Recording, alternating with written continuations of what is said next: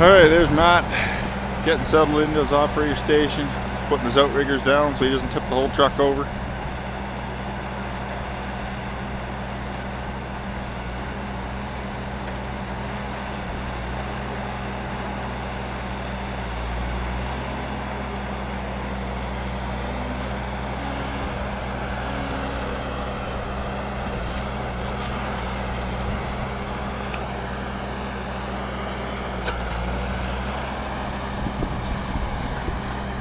Going to position that log as dunnage so he can lay the other logs on top of it so they're not laying on the ground.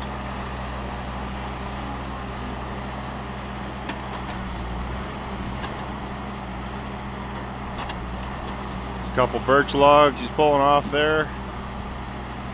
The butts will make some nice cabinet wood and the tops will make some nice firewood.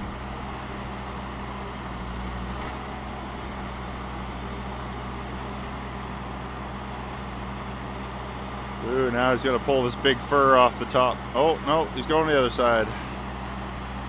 That's a big cedar. You can see the bottom of that, the butt of that is all rotten. But that rot will cut out probably in about 4 feet.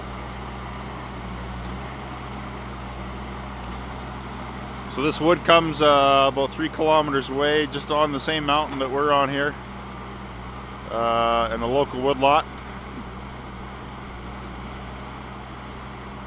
All sustainably harvested, small impact.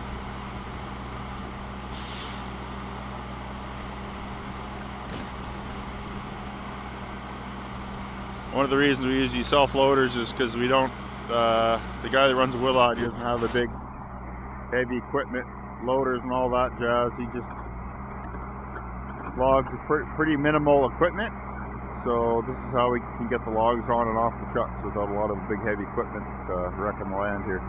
And the cost of running that big equipment too.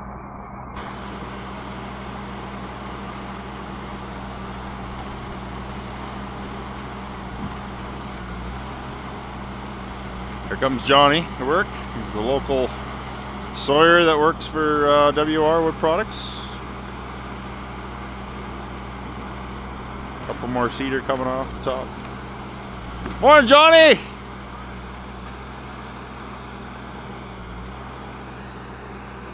What do you have to say this morning?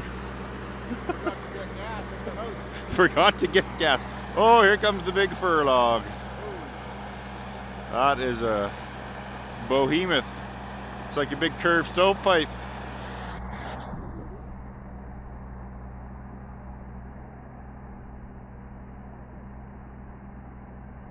Woohoo!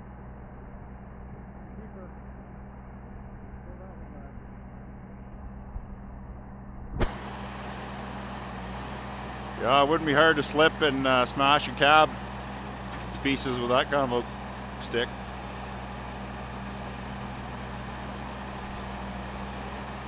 He makes it look really easy, but it's not.